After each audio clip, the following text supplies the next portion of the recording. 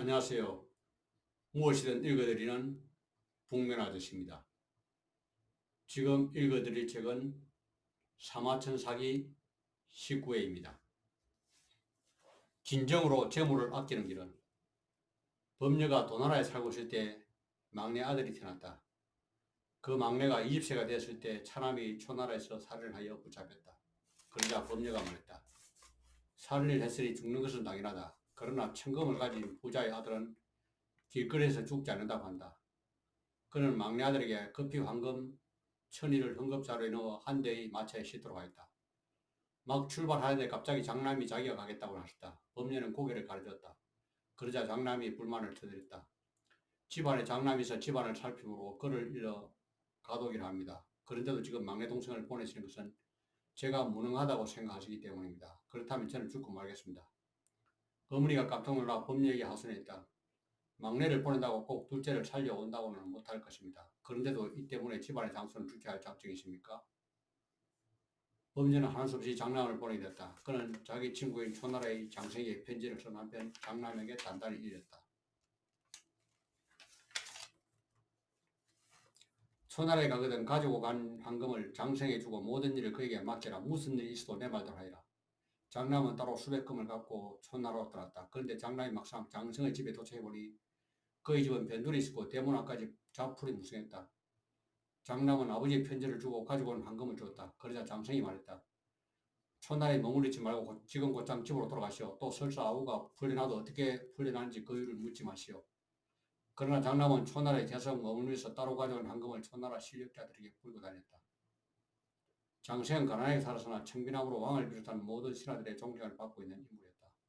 범력에도 황금을 받을 생각은 초도 없으며 일만 마치면 곧 되돌려 주려고 작정하고 있었다. 그러나 범력의 장남은 천하의 청렴한 장생도 돈 앞에서 별 수 없구나 하고 생각했다. 어느 날 장생이 궁에 들어가 왕에게 말했다. 별이 움직이는 모양이 좋지 않습니다. 우리나라가 어려움을 당할까 두렵습니다. 왕은 장생을 싫어하고 있기 때문에 그렇다면 어떻게 하겠소라고 물었다. 대왕께서 덕을 베푸셔야 할 줄 아옵니다. 왕은 즉시 검은 동을 모아둔 부고를 봉인하겠다. 그때 범녀의 장남에게 황금을 받은 뒤 한 대신이 장남에게 급히 말했다. 여복에 곧 사면이 있을 듯하네. 왜 그렇습니까? 사면이 내리기 전에는 반드시 부고가 봉인되도록 되어 있네. 어젯밤 왕께서 봉인하도록 명령하셨네. 그러자 장남은 대사문이 내리면 마땅히 동생이 있을 겁니다. 쓸데없이 그 많은 황금을 장생에게 주었구나 하고 생각해 곧장 장생에 달려갔다. 장생이 깜짝 놀랐다. 아니 자네가 왜 지금까지 있는 것이오?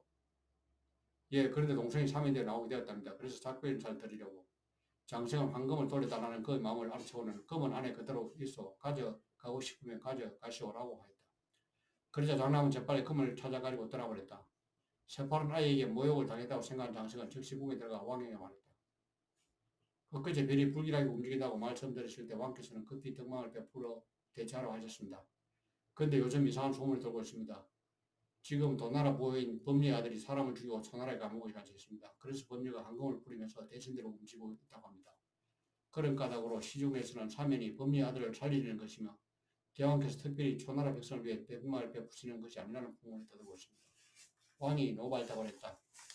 내가 아무리 그저 한 명을 위해 사면을 할 수 있겠소. 왕은 당장 범리의 아들을 처형시키고 그 후에 사면형을 내렸다. 결국 장남은 동생의 시체를 안고 돌아왔다. 어머니와 모든 마을 사람들이 슬퍼했으나 범녀는 혼자서 웃고 있었다. 이렇게 될 줄 알고 있었다. 큰아들이 동생을 위해하지 않아서가 아니다. 그러나 큰아들은 어려서부터 나와 함께 가정 고생을 다하게 봤기 때문에 좀처럼 돈을 쓸 줄 모른다. 반대로 막내는 태어날 때부터 부유하게 어려움 없이 살았기 때문에 돈 모으는 고통을 모르고 돈을 잘 쓴다. 내가 막내를 보내했던 것은 막내라면 거기 가서 돈을 크게 쓸 수 있을 것으로 생각했기 때문이다. 큰아들은 그렇게 하지 못했다. 그것이 결국 동생을 죽이게 되는 원이다. 하지만 어쩔 수 없는 일인 것을 어찌 슬픔을 하리라. 나는 밤낮으로 둘째의 시신이 도착하기를 기다렸다. 범녀는 19년 동안 천금의 재산을 3번씩이나 모았으나 그중 2번은 가난한 덧들과 일가 친척에게 나눠줬다. 이른바 부유하여 거덕을 행하기 좋아하는 사람이었다. 그는 늙어서 자손들에게 재산을 나누고 가려는데 자손들의 재산은 수만금에 이르렀다. 범녀는 3번이나 옮기고도 천하 이름을 떨쳤다. 그가 멈추는 곳에서는 반드시 이름을 떨쳤다. 범녀가 마침내 도땅에서 늙어 죽으니 세상에서 그를 도 주옥이라 하였다. 7. 강태공. 오직 1000명에 따를 뿐이다. 강통이란 말은 우리에게도 너무나 익숙하다. 실제 강통은 나이 80에 이르기까지 뜻을 얻지 못하고 강가에서 낚시로 소일 하면서 기회가 오기만을 기다렸다. 그리고 마침내 그 기회를 잡아 뜻을 이루었다. 그리하여 80년을 궁벽하게 살다가 이후 뜻을 이루어 80년을 지냈다는 궁 80, 달 80이라는 말이 만들어졌다. 자신의 능력을 믿고 시리를 견디며 묵묵히 때가 오기를 기다리는 힘 또한 한 인간이 지닌 특별한 능력이 아닐 수 없다. 이 글에서 독자는 어떻게 사마천이 강태공의 삶의 전환을 어떻게 묘사해 나가고 있는가를 유심히 살펴볼 필요가 있다. 요염만 그 자태 어디 가고 비구로만 맴도는가. 은나라의 마지막 왕인 주왕은 원래 매우 뛰어난 인물이었다. 머리가 좋고 말재주도 뛰어났으며 게다가 맹수를 맨손으로 때려잡을 만할 정도로 힘이 장수했다. 그래서 초기에는 대규모로 영토를 확장하는 등 국세를 크게 펼쳤다. 하지만 갈수록 자신의 재능을 믿고 교만해졌다. 특히 절세의 민여 달기를 얻고부터는 전형적인 폭군이 되어갔다. 사치와 향양만을 일삼고 정사를 내팽개쳤으며 신하들의 말에 귀를 기울이지 않았다. 게다가 자신을 비난하는 사람들은 무조건 처형하였다. 달기는 유소씨의 딸이며 주왕이 유소씨를 토벌했을 때 그로부터 전리품으로 받은 민여였다. 주왕은 요염한 달기의 자태에 넋을 잃어 그녀의 한심을 살 수 있는 일하면 무엇이든지 다했다. 어느 날 달기는 공중음악은 별로 마음에 들지 않사오니 마음을 풀어줄 수 있는 음악을 만드는 것이 어떤지 하고 청했다. 주왕은 즉시 음악을 담당하는 관리에게 명령하여 관능적이고 자유분방한 미미의 악이라는 음악을 만들게 했다. 얼마 뒤 달기가 또 말했다. 폐하, 환락의 극치 어떠한 것인지 한번 끝까지 가보고 싶습니다. 지금 이 순간을 마음껏 즐기고 후회 없는 삶을 누리게 하지 않을까요? 그러하여 마침내 주지육림의 공사가 시작되었으며 공사가 완성되자 매일같이 연회가 벌어졌다. 그리고 낮에는 잠을 자고 저녁부터 다음날 해가 뜰 때까지 마시며 놀고 즐겼다. 이러한 환락의 날은 끊임없이 계속되어 그 자그마치 120일이나 이어지니 이를 장야의 음이라 불렀다. 달기는 재물을 모으기 위해 백성들에게 세금을 묵게 부과하여 녹대라는 금고를 만드는데 그 크기와 넓이가 일리나 되었고 높이는 천척으로 어마어마한 규모였다. 또한 별궁을 확장해 온갖 동물들을 모두 모아 기렀다. 한편 이 무렵에 포락제액이라는 형벌이 행해졌다. 포락제액이란 구리 기둥에 기름을 바르고 그 아래 일거린 수풀을 피워놓은 후 구리 기둥 위를 죄인들로 하여금 맨발로 걸어가게 하는 형벌이었다. 드디어 주나라 모왕이 군사를 일으켜 은나라를 멸망시킬 때 폭군 주왕은 녹대에 들어가 스스로 불을 지르고 죽었다. 한편 달기는 사로잡혀 오랏줄에 묶인 채 울음을 터뜨리며 형장으로 끌려가는데 그 모습이 마치 벚꽃이 봄비를 흠뻑 맞은 것과 같았다. 그리고 치형당할 때 망나니들도 달기의 미sek에 흘려 혼이 달아나고 팔이 마비되어 칼을 들어 올리지 못했다. 이렇게 하여 달기를 치형시키지 못하고 있는데 형장의 대장이 달려왔다. 달기의 목숨이 길지 못해 그랬는지 대장은 자그마치 90대의 늙은이였다. 그러한 그도 달기를 보자 현기증이 일어나고 눈이 부셔 목풍을 겨냥할 수 없었다. 이었고 그녀의 얼굴을 보자기로 가린 후에야 비로소 그녀의 목을 낼 수 있었다. 충신의 운명. 당시에 백성들로부터 존경받는 상공이 있었는데 바로 구우와 악후 그리고 새벽창이라는 충신들이었다. 폭군 주왕은 구우의 딸을 아내로 맞이하였으나 그녀가 엄난한 것을 싫어하자 그녀의 얼굴이 못생겼다는 이유로 죽였으며 구우도 죽여 소금에 절였다. 또 이를 악후가 격렬하게 변하자 악후도 죽여 육포를 만들었다. 그리고는 그 육포를 새벽창에 보내 너도 눈밖에 나면 네 모양이 될 것이다 라고 겁을 줬다. 새벽창은 그것을 보고 기가 막혔다. 그래서 하늘을 우러보며 탄식에 마지 않았다.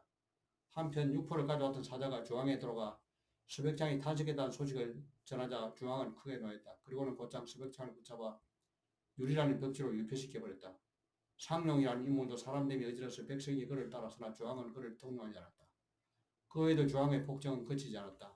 달기와 함께 죄 없는 신하들을 포락쟁에 취해 그들이 타죽하는 모습을 보며 즐겼다. 또 주지웅림을 버려 벌거벗은 남녀들의 집단 정사를 즐기기도 했다. 더구나 자기 말을 안 듣는다고 만사의 임산부까지 찔러주기는 만행을 일삼았다. 한편 은나라에 비간이라는 충직한 왕자가 있었다. 그는 주왕이 계속되는 폭정을 두만 보줬다고 생각해 주왕을 찾아갔다. 폐하, 지금이라도 마음을 돌리시어 나라를 다스려줘서 지금 백성들은 도탄에 빠지고 민심은 크게 흔들리고 있습니다. 통치가 주옵소서. 그러나 주왕은 들은 척하지도 않았다. 비간이 몇 번에 걸쳐 웃었지만 듣지도 않고 자리를 떠버렸다. 그렇지만 비간은 이미 죽음을 각오하고 있었다. 그는 그대로 자리에 앉아 일주일 동안이나 있으면서 계속하게 호소했다. 그러자 주왕은 드디어 크게 화를 냈다. 네가 나를 이렇게 괴롭힐 수 있느냐? 그래 좋다. 네가 그렇게 성인이라 말한다면 내가 알기로 성인의 심장에는 7개의 구멍이 있다는데 오늘 확인해보자. 그러면서 비간을 죽이고 심장을 뚫어냈다. 한편 비관 황제가 중앙에 가나다가 궁을 밖으로 쫓겨나 계속 호소한다는 소식이 널리 퍼졌을 때 현명한 선비로 이름 높았던 기자가 비관을 구하기 위해 궁으로 찾아갔다. 그러나 기자가 도착했을 때 이미 비관 왕자가 비참한 죽음을 맞이했다. 기자는 하늘을 우러러 다지겠다. 아, 이 나라는 정녕 끝났는가? 그는 머리를 부러뜨고 미친 사람으로 변장한 채 거리를 유랑하였다. 천하를 낚고 올린 강태공. 태공망 여상은 동해의 한 마을에서 태어났다. 그의 선조는 일찍이 사학의 관리가 되어 우임금의 치주 사업을 도와 크게 공을 세웠다. 그들은 우와 하시대에 엿 또는 신땅에 봉해졌으며 성은 강씨였다.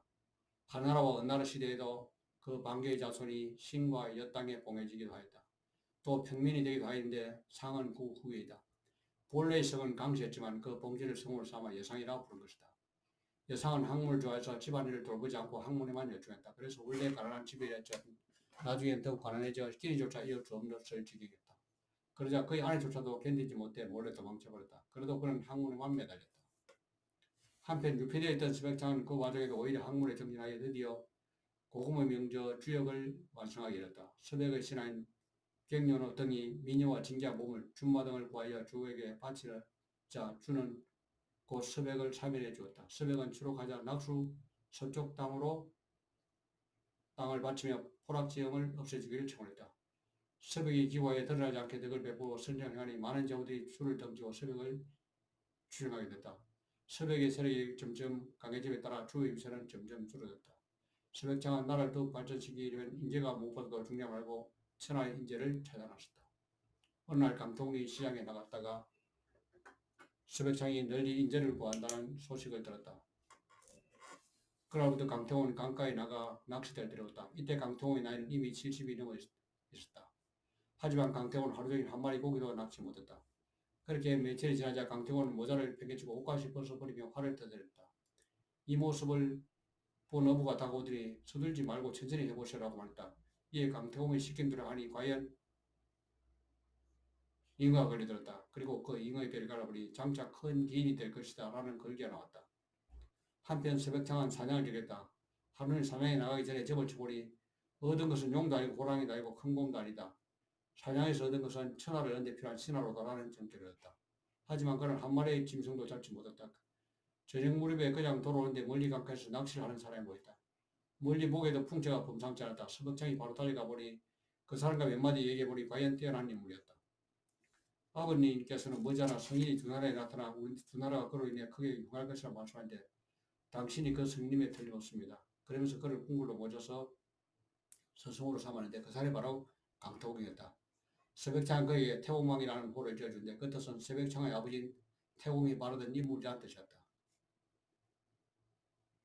서백창은 유에서 벗어나자 연산과 은밀히 계획을 세우고 덕행을 닦아 은나라의 정권을 무너뜨렸는데 그이들은 주로 용병술과 기묘한 계책을 펴는 것들이었다. 그러나 후세 용병술과 두 나라의 근모를 말한 이들은 모두 태공을 그 주모자로 존중하였다. 서백창이 나무월에 선행하자 제후들은 모두 그를 찾아가 시비를 가려준 것을 청했다. 한 번은 우나라 사람과 이나라 사람이 송사를 벌이다가 서백창에게 중재를 요청하기 위해 찾아가니 도중 두 나라 사람들이 서로 노부하의 경계를 양보하고 장자를 존중한 것을 보고 부끄러워 서로 양보하였다. 이 소식을 들은 제후들은 모두 서백은 하늘의 명을 받은 군주일 것이라고 말했다. 문왕이 죽고 무왕이 즉위하였다. 그 후 9년에 무왕은 문왕의 유업을 잇고자 하여 동쪽으로 정벌을 나가서 제후들이 자신에게 모이는가 여부를 시험해 보았다. 군대가 출동하기 앞서 태국의 왼손에는 황금 장식의 도끼를 오른손에는 모꼬리 장식을 한 흰색의 공기를 두고 출정 선서를 하였다. 웹불 서여 웹불 서여 너희 무리를 모두 모아라. 너희에게 배의 노를 맡기기인데 늦게 다한 자는 뵐 것이다. 그러자 정부는 일사불란하게 대우를 갖췄다. 군대가 막 황하를 건너고 있을 때였다. 갑자기 무왕이 담배에 흰 고기가 뛰어올랐다. 무왕은 이 고기를 잡아 하늘에 제사지냈다. 이었고 무왕이 강을 건너자 이번에는 강 상류에서 불길이 일어나듯이 솔솔같이 내려왔다. 그들이 무왕 앞에서 붉은 까마귀로 변했다. 이것으로 제 일기를 마치겠습니다.